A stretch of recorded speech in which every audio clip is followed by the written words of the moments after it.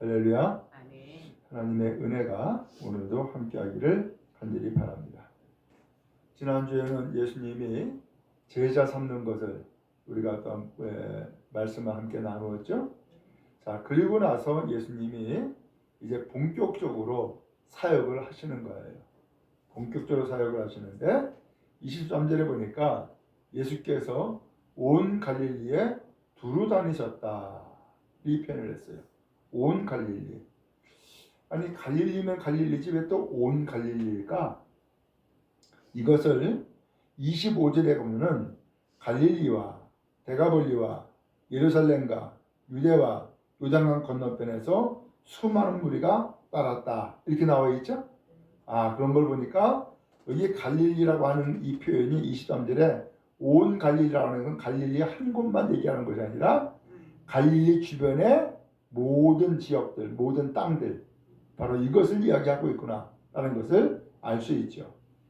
자, 그런데 말씀을 드린 것처럼 이 갈릴리는 가난한 동네예요. 갈릴리는 원래 큰 호수거든요. 근데 이 호수에서 소위 말하면 고기잡이 하면서 먹고 사는 사람들이 모인 곳이에요. 근데 여기에는 이렇게 가난한 생활을 하다 보니까 그렇게 해서 가난한 사람만 모이는 것이 아니라 소위 말하면 저 유대 땅 예루살렘에서 소위 말하면 끼지 못하는 사람들, 버림받은 사람들, 이 사람들이 모여 사는 것이 바로 이 갈릴리 주변인 거예요. 그래서 여기에는 병든 사람도 많고 귀신 들린 사람도 많고 못 배운 사람도 많고, 그리고 더 나가서 배척당하고 고통당하는 사람도 많고 범죄자도 많고, 이렇게 구성되어 있는 것이 이 갈릴리 주변의 땅이었던 거죠. 그런데 예수님은 바로 그 유대 땅의 중심지인 예루살렘에서 활동하고 사역하시는 것이 아니라 어디로 가셨다고요? 갈릴리로 가셨다는 거예요. 갈릴리로. 여러분, 그런 의미에서 예수님께서는 크고 화려하고 부자고 권세 있고 그리고 높은 지위에 있는 사람들을 향하여서 그렇게 사역하시는 것이 아니라 오히려 낮고 천한 곳으로 가셔서 사역을 하셨구나라는 것을 알 수 있어요. 그런 의미에서 오늘도 우리는 어떻게 보면은 높고 존경받고 그 다음에 대접받는 사람이 아니라 늘 연약한 가운데에 살아가는 사람들이죠. 오늘 그 예수님께서 누구에게 오실까요? 바로 우리에게 오시는 줄로 믿습니다. 그러므로 오늘 주님께서 나를 만나시고자 혹은 나를 위해서 나를 도우시고자 갈릴리에 가셨던 것처럼 나에게 오셨다라는 것을 기억하고 주님을 기쁘게 맞이하는 은혜가 모두에게 있기를 간절히 바랍니다. 그럼 이 갈릴리에 가셔서 예수님이 무슨 일을 했을까? 여러분 23절 다시 한번 읽어봅시다. 시작. 예수께서 온 갈릴리에 두루 다니사 그들의 회당에서 가르치시며 천국 복음을 전파하시며 백성 중의 모든 병과 모든 약한 것을 고치시니. 자, 몇 가지 일을 하셨어요? 세 가지예요. 자, 먼저 회당에서 뭐 했다고요? 가르치셨대요. 그 다음에 천국 복음을 뭐 했다고요? 전파했대요. 그 다음에 백성 중에 모든 병과 모든 약한 것을 뭐 했어요? 고치셨다 라고 말씀해주고 있어요. 바로 이것을 예수님의 3대 사역이다 라고 이야기를 해요.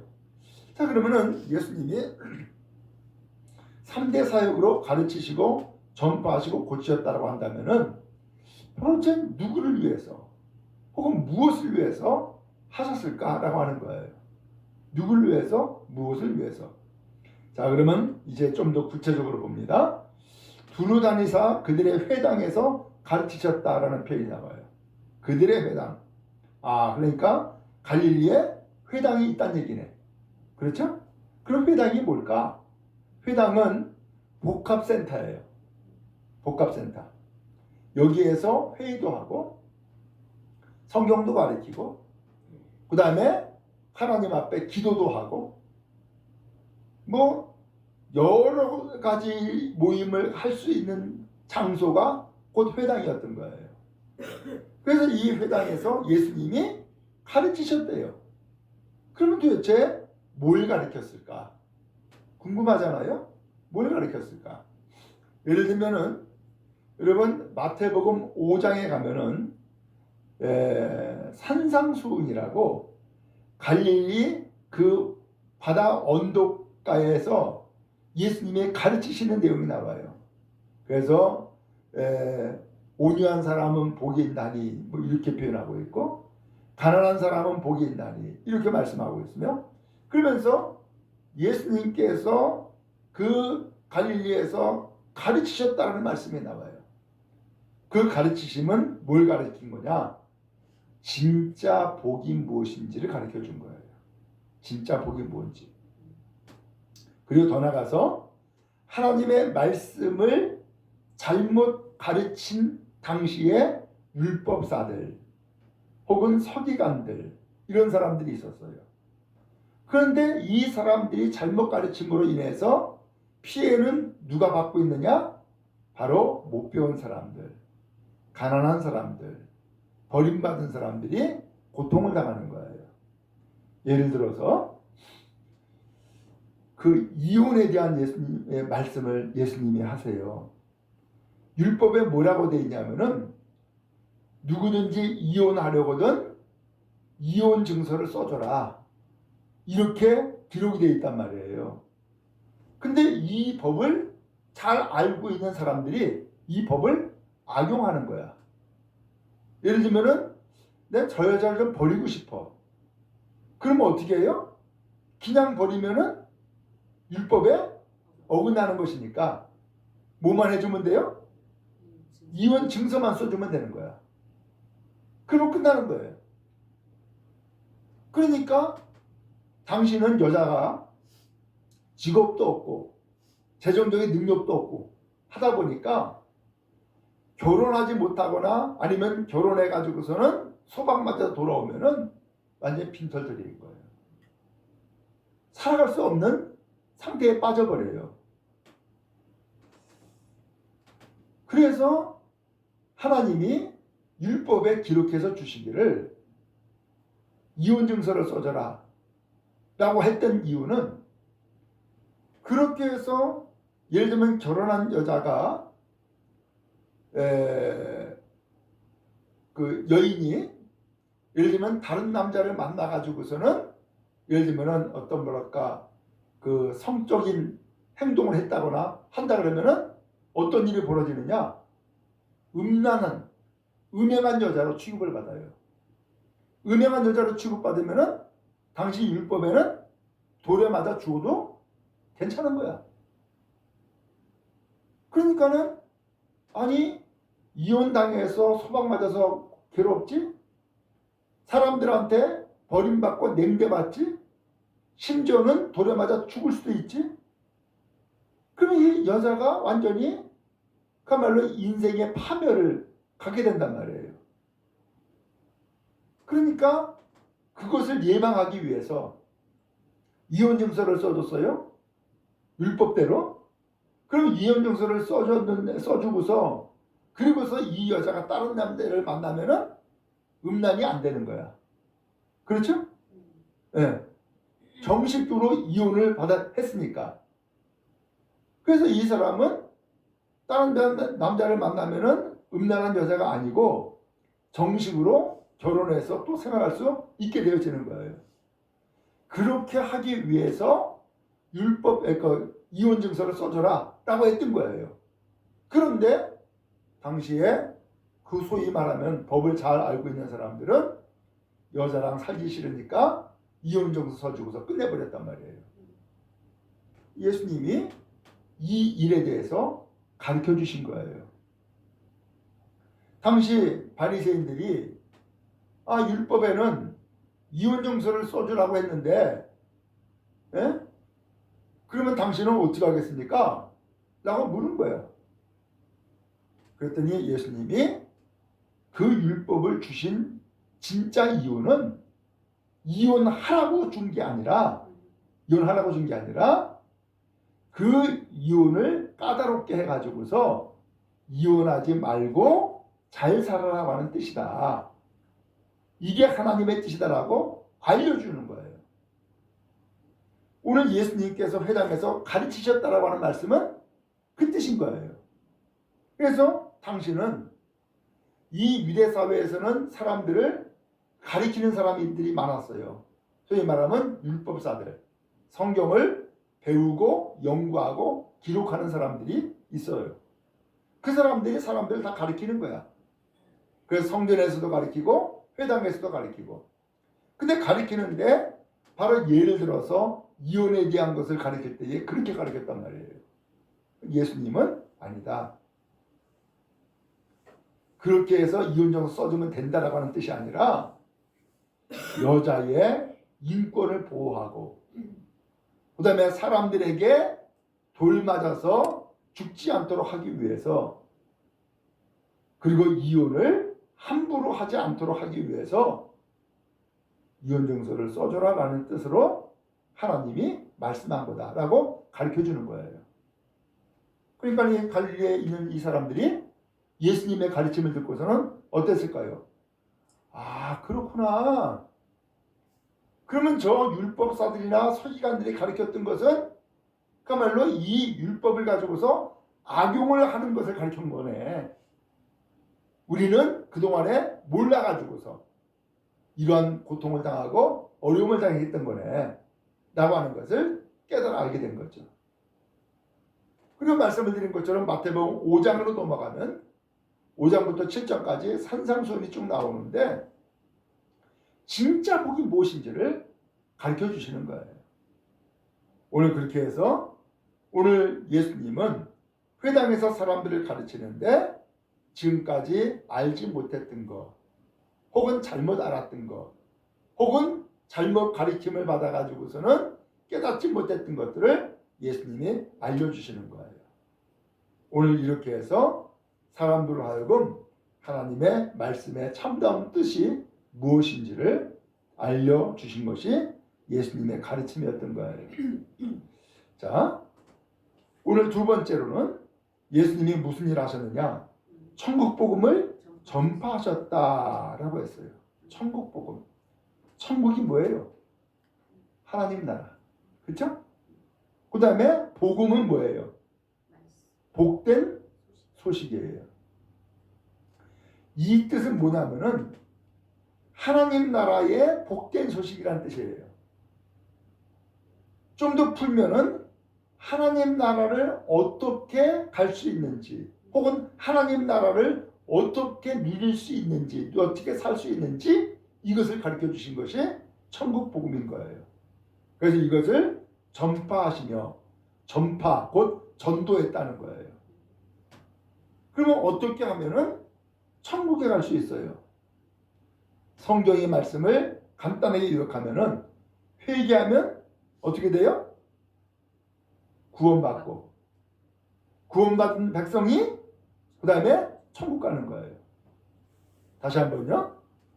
회개하면 구원받고 구원받은 사람이 가는 곳이 천국인 거예요. 지금 여기에서 예수님은 이 갈릴리에 있는 이 사람들에게 천국 복음을 전파하심으로써 결국은 예수님이 무엇을 구원한 거예요? 영혼을 구원하는 말씀을 주신 거예요. 여러분, 우리는 육체적으로 살아갈 때는 육체의 건강 혹은 안일 혹은 즐거움 여기에만 집중을 해요. 그런데 육체의 삶을 다 살아. 그리고서는 뭐가 다가와요? 죽음이 다가와. 그러면 그때서야 비로소 무슨 생각을 해요?